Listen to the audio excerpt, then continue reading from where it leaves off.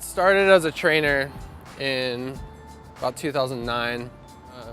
I'd been a designer for about 7 years. Started out just designing, doing some freelance stuff for friends. At the time I was working at a shop down in Huntington Beach, and we were just a surf shop, just Huntington Surf and Sport, and I was doing a little bit of design for them, and then this brand Hurley started a store down there inside Huntington Surf and Sport, and I was asked by Paul Gomez, who's one of my really good friends now and mentor, to run it. So I started running that for about 2 years. During that time, just kept submitting a ton of freelance design work to Hurley, and they would use the stuff they would use, and the stuff they wouldn't use I would turn into other designs. And after about a year doing that, I got a call from Paul.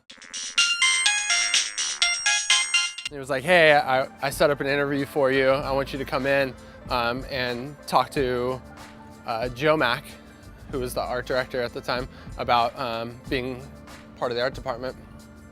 So I went in, interviewed with them, went well, started working at Hurley, worked there for about 5 years, and then we started an agency. My buddy and I, Mike, started an agency of our own, a design agency. We kept Hurley on as a client. After about, I'd say, a year of doing that, had great business, everything was going really well, and I was just getting super out of shape and wasn't really feeling it.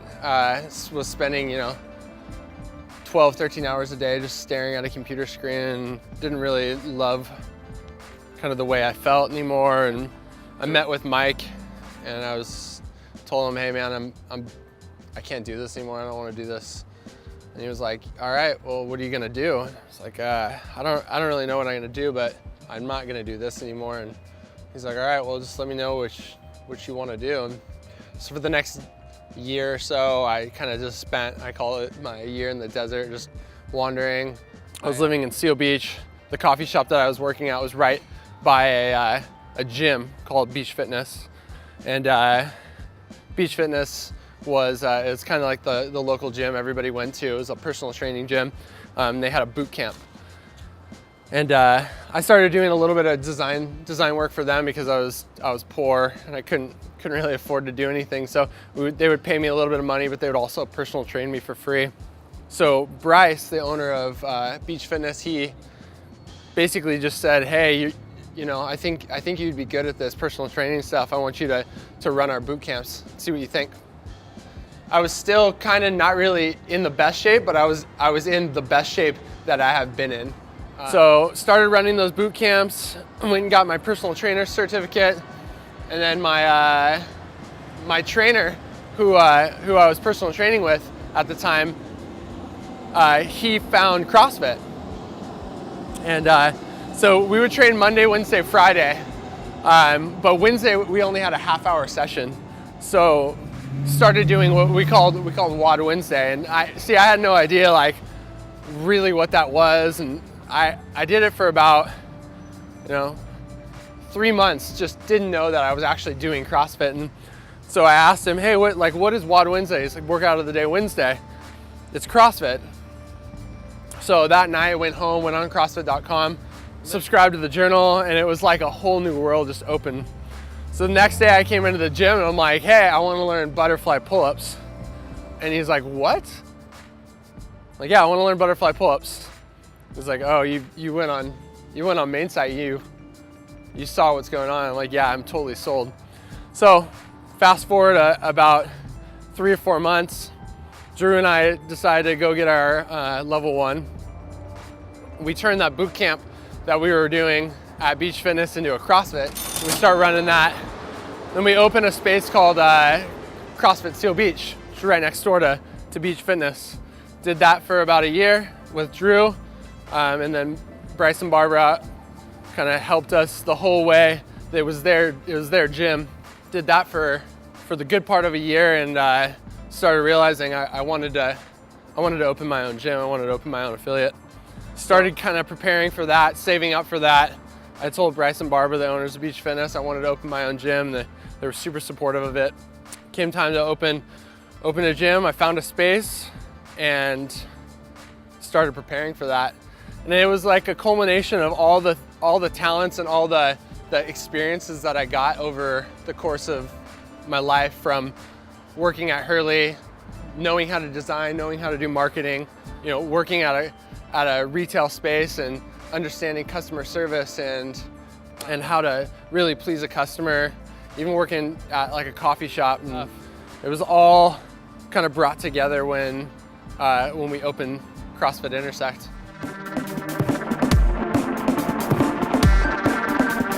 Welcome to CrossFit Intersect.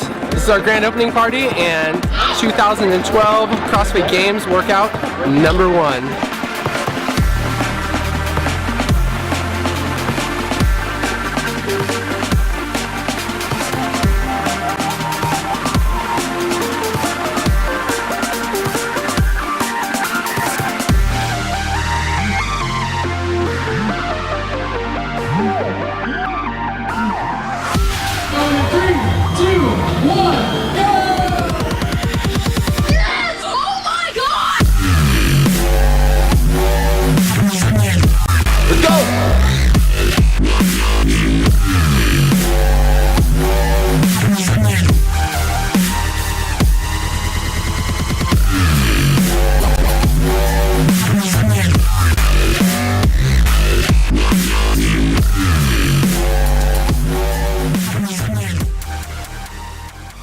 When we opened, we had this idea that we were going to be this different gym. And 2 years ago, CrossFit was so different that it was really just super ground level garage. Nobody really competed as far as like anybody outside of regionals, and small competitions were just getting started. So when we opened, it was you and I had that idea that we were going to be the gym for the competitors. So what was the biggest challenges when we first opened? I think overall it was just, I don't know, for me, like growing as a gym, starting off from the first. You're talking to me. So, I'm not talking to the camera. Building the stairs, obviously. Yeah, that was definitely the hardest part. Building the stairs was tough. Building the stairs was tough, but just as the gym grows, learning how to grow and like how to take a class of 5 people and really close-knit people, and then all of a sudden turning into a class of 20. Yeah. And learning how to keep the same friendly atmosphere, but at the same time being in charge and actually getting crap done. So that in general was a little bit of an adjustment of the sort. Yeah. So. I think when we first opened, we had, by the end of the first week, we were like 50 people, and by the end of the first month, we were almost at like 70, and by the end of by the time we hit March, we were like close to 80 or 90 members. Like we grew really, really rapidly. So how do you guys feel like we've preserved the community? It's hard to do when the gym's growing so fast and there's so many new members coming in. Yeah. But overall, I think there's not really much we can do. I think the community in itself that you build, the ground level community, the base members are the ones that really preserve it and then keep it and actually like accept people in and make it bigger, as opposed to like us doing anything. Yeah. Although we have a big part in that, but I think it's the base community that really is like the big part of that. 1, 2, 3, big one!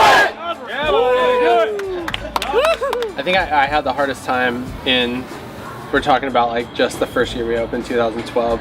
Towards the end of that first year, we had grown to like 110 members, and I had just had a baby, was really starting to focus seriously on competition, and I couldn't coach anymore. I had this like internal struggle of, if I'm not there all the time, if I'm not there, the community's gonna fall apart. It's gonna go away. And it was it took a long time to really like take myself out of that and realize like, oh, like the community's not me. Like I'm not the community. Like yeah, I'm the coach here, but I'm not the community. Like you said, it's those core members. It's like those 20 or 30 really tight-knit members that stay really rooted in what we do, and like they really believe in us. They believe in our coaching. They believe in the the culture and the community that continue to grow it. Yeah. What's your vision for this new space? I mean, obviously there's needs as you grow as a gym. There's going to be needs for certain things to accommodate certain people. There's people who want to come straight from here to go to work, or come straight from work to here and then go home, and simple things like showers. More space so that we can accommodate them, and honestly, because if you're in a room and you're cramped with a ton of people, it becomes uncomfortable, and maybe it's not a place that you feel like, oh, it's safe that I could even like doing a lift and like, okay, I'm gonna PR on this. Like maybe you're not as comfortable as you could be. Yeah, so it's interesting because when we started in 2011, CrossFit was still at this place of it's gritty and it's dirty and it's raw, and I'm gonna go in, and if I don't leave sweaty and completely covered in black from the mats and probably puked and my hands are bleeding, then I didn't get a good workout. I feel like CrossFit as a business has grown in a direction where we now accept, okay, the workouts are going to be hard, it's going to suck, we're going to get dirty, we're going to get grimy, but at the end of the day I still want to take a shower afterwards. The other part of this for us as a community is maintaining that gritty culture, maintaining that really raw culture and preserving that. And I think one way that we can do that, not only by keeping the workouts hard and keeping with what we set out to do as a gym, is finding a location to where it has that feeling, it has that vibe, it has that grit still. And it's all about that location to where you still feel like you have a little bit of that rawness, but you still get the amenities. Yeah, I think we work out so hard just as is, as coaches and as a community, that I don't think that anyone coming in that is able to, just like go to 24 and chill out and whatnot, is going to stick around. I think we're just too gritty, and that it's always going to be that way because we're always working hard. We're never really quitting, and we can still have nice stuff, but it doesn't mean we're not going to get down and dirty. We're sure going to be working out hard. I mean, that's what we like to do. That's what kind of lives are based around, So I just agree with keeping that vibe. Yeah, one thing that I'm super excited about when the new space does come about is being able to offer more than just fitness. Being able to offer cool products. Progenics has helped us a lot with that, being able to offer these really great supplements, and I really see us taking it a step further. When we first started, we make the coolest t-shirts, we do the limited edition stuff, and it's not that we haven't gotten away from that, we've just been busy, so we haven't been able to do that. But I feel like at this new space we'll make room for creativity. There's no doubt we're the best coaches and the best gym around. There's no doubt. Ask any one of our members that has gone anywhere and come back, and they shower us with praises. And I think we've dialed that in. We've dialed the gym, we've dialed fitness in, and I think our next step is really offering something different, something more. So my vision is like not only to have like a really cool retail space where we can offer products that are completely exclusive to just Intersect, but also a space that allows more community. Yeah. So right now, I mean, we have our lobby, and that's chill. Yeah. It's 10 by 10 and it's small, but I really see something bigger, like more of a coffee lounge, more of a vibey area to where it allows people to be community. Yeah, the cool part is we're never gonna sell. We're always gonna keep trying to go and improve, because what's the point in just letting it be? Right. Always trying to get better. That's what we're here to do. That's why we're gritty and just trying to get better. When we talk about moving, I don't even see it as a move. I see it as a completely different movement, where it's no longer about just ourselves here. It's about spreading the idea and the culture of CrossFit Intersect even further through Long Beach.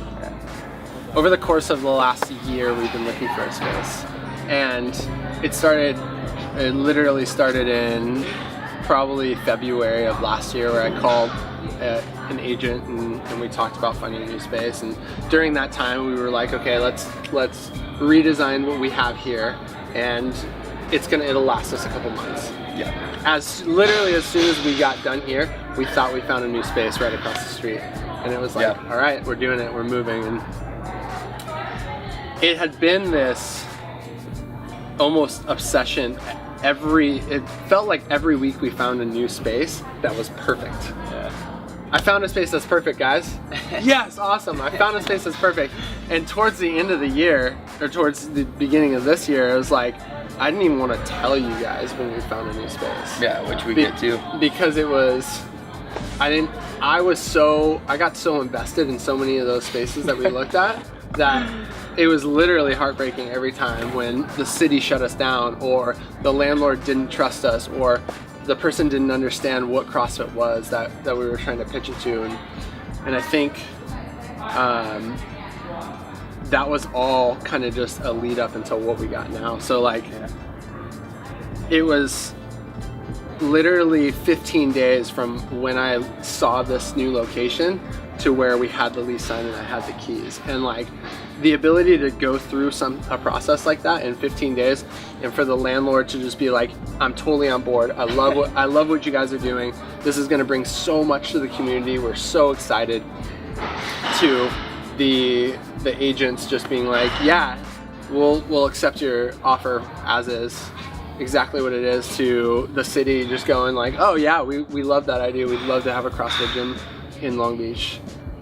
It was almost just like all those doors getting shut were just leading to Now it's big white gates just straight up. yeah, exactly. I mean, I don't want to get all weird about it, but like, even to like the point of the guy who owns the building, like yeah, I used to personal train him. Like, it's so that was ridiculous. such a weird story. Yeah, so crazy. I think the community is really going to not only be super excited about the new space, but I think everybody's been really waiting for this push in this direction. like it's going to be hard for people to drive from other places to get to where it's going, but it's got so much that people are going to sacrifice just to get to there. I'm going to be the one driving the most. I'm the coach, like, come on. When we move, like, it's going to be so pristine and like so much better than even what we have now. Yeah. And it's like it's cool to see that people like really trust you so much. Yeah, I mean, it's been an interesting road the last year. So 2013 has been like so crazy, and I wouldn't be where I am today without having taken on the role to be part of Progenics, and the idea that I'm no longer the coach is a struggle for me, because I love coaching, you know, I love doing what I do, but the ability to be able to give you guys and all the rest of the coaches the year of training, the year of being with the best of the best, and be able to coach you guys to coach our community better, that I think that's a task that I've been charged with that I can do now. Yeah, for sure. I mean, whereas before, if it wasn't, it'd be Zach and I here. Yeah, that's it. None of this would exist. None of this would be happening. Literally, it would just be Zach and I. Zach running the morning, I running the nights. That's it. And that's fine. That would be fine. But I think our yearning to do better, like you said, just makes us do that. It's going to push us in that direction. And yeah, it's going to take sacrifice. And yeah, I'm not going to be here to coach all the time. And you know, sometimes you guys are going to have to go and travel and do that stuff to get better, but it's always just going to better the community, and it's going to enrich the culture of CrossFit Intersect. I mean, we got enough people to make everything run anyway, so it doesn't matter if one's gone. You know, right, they're coming back and they're going to teach us. You know, we always teach each other, so it always works out well. Yeah. So I think the most important thing for me in the last year was the ability to travel to these big influencers, gyms and places of business that they hold the most influence in CrossFit. And I've been able to go, travel, stay with them for days at a time, absorb how they run their business, how they run their gyms, how they coach. And these are the most elite athletes, the elite coaches, the elite business owners in the community. And I've gotten to do this for a year straight.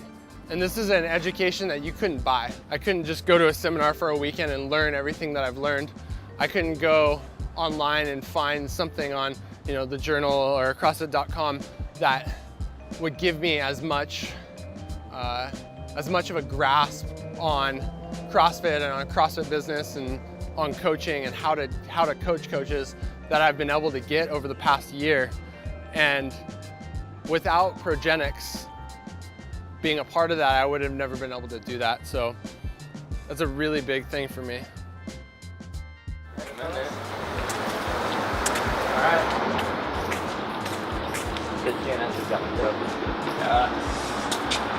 We just paint that circle orange for the TFI. Here we go. I'm nervous. Welcome to CrossFit Intersect. Oh, yeah, right here. Come on, talk about. Yeah.